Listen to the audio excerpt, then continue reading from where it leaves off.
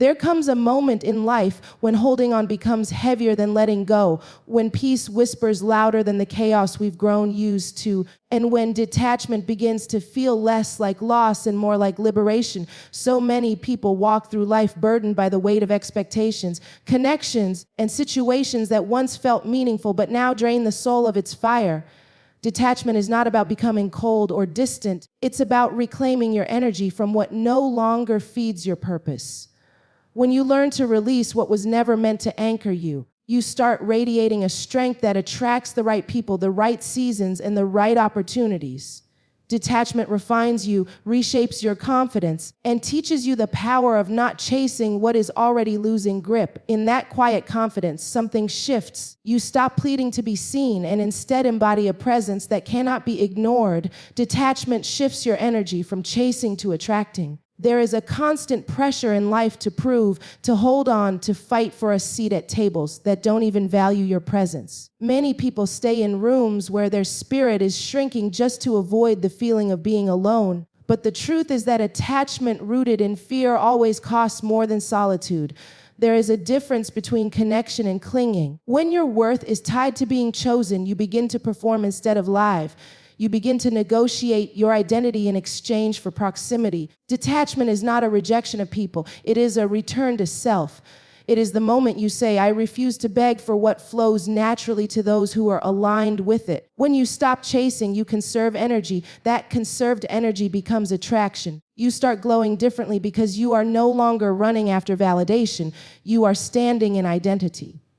People feel the shift, even if they can't name it. There is a quiet authority that comes when you no longer fear walking away. It is not bitterness, it is clarity. It is the realization that anything you must plead to keep was never truly yours in the first place. Desperation repels, but peace attracts. When your spirit is settled, your presence becomes magnetic. You don't have to explain yourself or fight to be understood. Detachment teaches you that your destiny is not tied to who refuses to see you. You stop performing for people who are committed to misunderstanding your value. Instead of seeking to be picked, you begin to curate your space. You become selective, not out of arrogance, but out of alignment. When your energy is no longer scattered by trying to hold everything together, you develop focus, and focus fuels influence. Imagine holding water in your hands, trying to keep every drop from slipping through your fingers. That is what attachment feels like when it is driven by fear. You exhaust yourself trying to control outcomes you were never meant to control. Detachment allows the unnecessary to spill away so that only what is meant to remain can stay. You begin to move differently. Your conversations become intentional. Your time becomes sacred. Your peace becomes expensive. Suddenly, your spirit stops negotiating. You stop shrinking yourself to fit into spaces that don't honor your evolution. The moment you detach, your energy changes. That change is what draws the right people and opportunities to you. They recognize a different frequency in you, one that says, I am not desperate, I am aligned. Detachment removes the frantic energy that makes you chase things beneath your calling. It breaks the habit of pursuing what is familiar but unhealthy. It teaches you to trust timing instead of forcing outcomes. And when you trust timing, you start living from a place of expectancy rather than exhaustion. You are no longer waiting to be chosen. You are preparing for what matches your growth. Detachment is not the absence of care. It is the presence of boundaries. It is self-respect wrapped in peace. It teaches you that choosing yourself is not selfish, it is necessary. When you detach, you make room for what is meant to find you without manipulation. You begin to attract from a place of inner wholeness instead of emotional hunger. And in that space, your presence becomes irresistible because it carries the rare energy of someone who is free. Letting go breaks the cycle of emotional dependency. So many people stay bound to situations and people not because love is present, but because the fear of emptiness feels unbearable. Emotional dependency convinces you that your stability is tied to someone else's approval, attention, or presence. You start believing that peace is something they give you rather than something you carry within yourself. This dependency creates a cycle where you constantly monitor how others feel about you, adjusting your identity to avoid rejection. You begin to settle for crumbs of validation just to feel seen, forgetting that visibility without value is just exposure, not connection. Letting go becomes powerful because it disrupts that cycle completely. It is choosing to release the need to be sustained by something external. It is deciding that even if your hands feel empty for a moment, your heart will learn how to be full again without depending on someone else to pour into it. When emotional dependency rules your decisions, you sacrifice authenticity. You start wearing emotional disguises to keep people close, hiding your disappointment just to avoid confrontation. The fear of loss makes you tolerate what drains you. That tolerance turns into a lifestyle, and before you know it, you've built a life around people who only love the version of you that needs them. Letting go is frightening because it threatens the illusion of security, but it is also the doorway to real freedom. When you no longer need someone to be your source, you gain the ability to see clearly. The moment you choose release over reassurance, your soul begins to detox from dependency. It may feel like loneliness at first, but it is actually purification. It is your heart learning how to breathe without being hooked to someone else's presence. Breaking emotional dependency doesn't start with cutting people off. It starts with cutting off the belief that you are incomplete without them. Letting go gives you back your power. It reminds you that love should not require the abandonment of self. When you depend emotionally on someone for worth, you slowly disappear in their shadow. Your voice gets quieter, your needs become secondary, and your identity starts fading. Release reverses that process. It reintroduces you to your own voice. It teaches you that you are allowed to choose yourself without apology. It teaches you that space is not always loss. Sometimes it is protection. The space created by letting go gives your soul room to expand. In that expansion, you start to rediscover your own needs, dreams, and values without the filter of someone else's expectations. People who benefit from your dependency may call it selfishness when you decide to let go, but it is actually self-preservation. You cannot rise while clinging to what drains your strength. Letting go is the moment you stop waiting for someone to carry you and decide to stand up on your own emotional feet. The cycle of dependency often masks itself as love or loyalty, but real love does not suffocate identity. Real love does not require you to beg for reassurance. Dependency keeps you in a constant state of emotional negotiation, always calculating how to keep someone close. Release breaks that pattern and invites you into emotional wholeness. It doesn't mean you stop loving people. It means you stop abandoning yourself to keep them. Letting go is not bitterness, it is clarity. It is the understanding that what costs you your peace is too expensive. It is the courage to step into uncertainty because you trust that your soul was not designed to be sustained by instability. Every time you choose to let go instead of cling, you rewrite your emotional story. You teach your heart that it can survive endings and still remain open. You teach your spirit that loss is not the end of love, but sometimes the beginning of self-discovery. Emotional dependency convinces you that you will collapse without what you're holding on to. But the truth is, some things are only standing because you keep holding them up. Release your grip and watch how your strength returns to you in ways you never expected. Walking away creates room for divine alignment. There are moments when staying connected to something familiar blocks the doorway to what is destined. Comfort can become a cage disguised as stability. And the longer you remain in what feels safe but stagnant, the more you delay what was meant to find you. Walking away isn't just a physical act. It is a spiritual declaration that you trust what's ahead more than you fear leaving what's behind. Some doors don't open because your hands are still holding on to what should have been released. You cannot step into new territory while clinging to expired seasons. There is a weight that lifts off your spirit the moment you choose movement over attachment. It's not always dramatic. Sometimes it's just a quiet decision in your heart that says, I am no longer available for what keeps me small. When you walk away from what no longer aligns with your growth, you make space for divine orchestration. Destiny flows where there is room. As long as your life is crowded with forced connections, unhealthy attachments, and outdated roles, there is no space for new assignments to settle. Walking away is not just separation, it is preparation. It signals to heaven that you are ready to be placed where you belong rather than where you've settled. Some relationships and environments are like containers. They served a purpose for a season, but now they limit expansion. Staying in them out of loyalty to an old version of yourself delays the evolution you are called into. When you move, you activate alignment. You give permission for new people, new opportunities, and new levels to locate you. Divine alignment rarely meets you in comfort. It meets you in obedience. Walking away is often the obedience that shifts the entire trajectory of your life. There is a sacred shift that happens when you stop forcing yourself into places where your spirit no longer breathes. At first, it may feel like loss because you are leaving behind what is familiar, but then you begin to realize that what you called loss was actually release. Release of pressure, release of pretense, release of trying to earn what should flow naturally. Walking away doesn't mean your heart is hard. It means your discernment has matured. You start to sense the difference between attachment and assignment. Attachment holds you out of fear, but assignment moves you out of purpose. When you walk away from an attachment that no longer aligns, you are not just letting go of a person or situation, you are letting go of the version of you that needed it to feel significant. Divine alignment requires space, and space is created by departure. Imagine trying to plant a seed in crowded soil. Nothing can take root because the ground is too cluttered. The same is true with your life. Space must be cleared before new planting can begin. Walking away prepares the soil of your life. It opens your capacity to receive without the noise of what was draining you. Many people pray for alignment but resist the leaving process that makes alignment possible. They want the promise without the separation. But separation is not punishment, it is positioning. It positions your life to receive what matches your calling, not your comfort zone.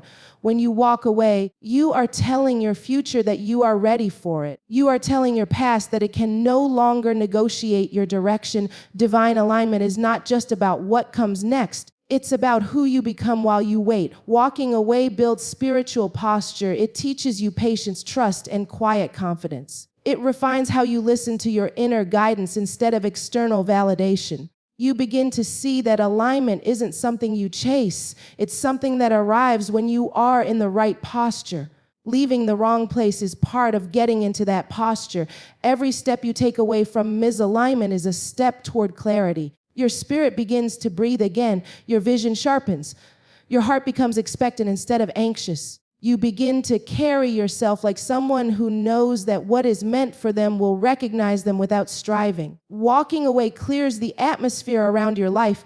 It removes competing voices and distractions, allowing you to hear divine instruction more clearly. In that clarity, alignment finds you not because you chased it, but because you prepared room for it. Emotional freedom increases your inner magnetism. When your emotions are no longer entangled in constant worry about who stays, who approves, who understands, or who notices you, something powerful happens. You glow differently. Emotional freedom is the release of that invisible tension that makes you feel like you must perform to be accepted. It is the quiet power of being grounded within yourself, no longer swayed by every shift in someone else's mood or attention. People feel that shift even before you speak. There is a confidence that radiates from someone who is no longer waiting to be chosen, but already knows they are whole. Emotional freedom is not about being indifferent. It's about being anchored. When your worth is no longer auctioned to the highest bidder of validation, you start moving with an ease that cannot be faked. Your presence becomes attractive not because you are trying to be noticed, but because you are no longer trying at all. Magnetism is not in the loudness of your presence. It's in the peace that surrounds you. Emotional freedom removes the frantic energy of needing people to respond a certain way. It takes away the pressure of proving your value. When that pressure is gone, you begin to operate from overflow instead of emptiness. People are drawn to those who are not in emotional debt. When your spirit is not desperate for affirmation, your interactions become more authentic. You listen without trying to be impressive. You speak without the fear of being dismissed. You give without secretly hoping it will make someone stay. That kind of freedom is rare, and rarity is magnetic. Emotional freedom makes your energy feel safe. When you are not driven by insecurity, people can sense it. They feel that you are present, not performing. They feel that your peace is not for sale. That presence draws the right connections toward you without force or manipulation. Many people chase magnetism through appearance, performance, or perfection, but true magnetism is a byproduct of emotional stability. Stability makes you unpredictable to insecurity. You are no longer easily triggered by silence, distance, or misunderstanding. You stop trying to decode mixed signals because your clarity refuses to compete with confusion. Emotional freedom gives you the power to say, I do not chase what runs and I do not cling to what drifts. That stance makes your presence impactful because it carries boundaries wrapped in grace. Emotional freedom does not mean you don't feel deeply. It means your depth is no longer at the mercy of instability. It means your emotions serve your purpose rather than sabotage it. That level of control quiets the noise around you. In that quiet, your true essence rises. That essence is what people feel drawn to. It's not your words or your image. It's your centered spirit. There is a shift that happens when you stop allowing emotional chaos to dictate your reactions. Freedom trains your spirit to pause instead of panic. You become more aware of what deserves access to your emotions. That awareness sharpens your discernment. Instead of asking, why didn't they choose me? You start asking, why am I trying to be where peace doesn't live? That question changes everything. Emotional freedom gives you permission to be selective. You begin to protect your energy not out of fear, but out of reverence for your own growth. That reverence gives you presence. Presence gives you magnetism. People may not understand why they are drawn to you, but it's because your spirit is not negotiating its worth anymore. Emotional freedom replaces desperation with dignity. It whispers to your heart that you no longer need to chase a seat at any table. You carry your own atmosphere. And wherever atmosphere is carried with confidence, magnetism follows. Release refines your identity and purpose. When you finally let go of what was never meant to define you, something within you begins to emerge that had been buried under the weight of attachment.